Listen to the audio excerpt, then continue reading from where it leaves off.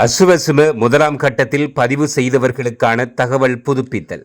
நலன்புரி நன்மைகள் சபையின் அசுவசும திட்டத்தின் கீழ் 2022 மற்றும் 2023 ஆண்டுகளில் தகவல் கணக்கெடுப்பு செய்யப்பட்ட குடும்பங்களின் தகவல்களை மீள் பரிசீலனை செய்வதற்கு நலன்புரி நன்மைகள் சபை தீர்மானித்துள்ளது.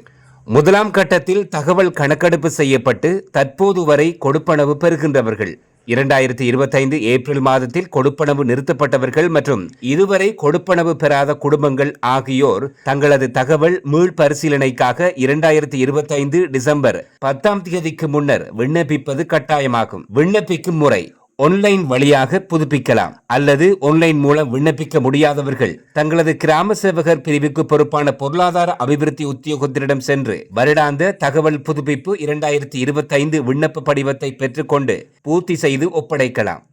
முதலாம் கட்ட அசுவசும வனக்குறை விண்ணப்பம் ஏற்கனவே சமர்ப்பித்த நபர்கள் மீண்டும் விண்ணப்பிக்க தேவையில்லை. குறிப்பிட்ட காலத்திற்குள் தகவல் புதுப்பித்தலுக்காக விண்ணப்பிக்காதவர்கள் தகவல் புதுப்பிக்காதவர்கள் என கருதப்படுவார்கள். மேலும் தற்போது கொடுப்பனவு பெறுபவர்கள் விண்ணப்பிக்காவிட்டால் அவர்கள் கொடுப்பனவு பெறுவதற்கு தகுதியற்றவர்கள் என கருதப்படும் என்பதனை நலன்புரி நன்மைகள் சபை அறிவித்துள்ளது என்பதையும் தெரிவித்துக் கொள்கின்றோம்.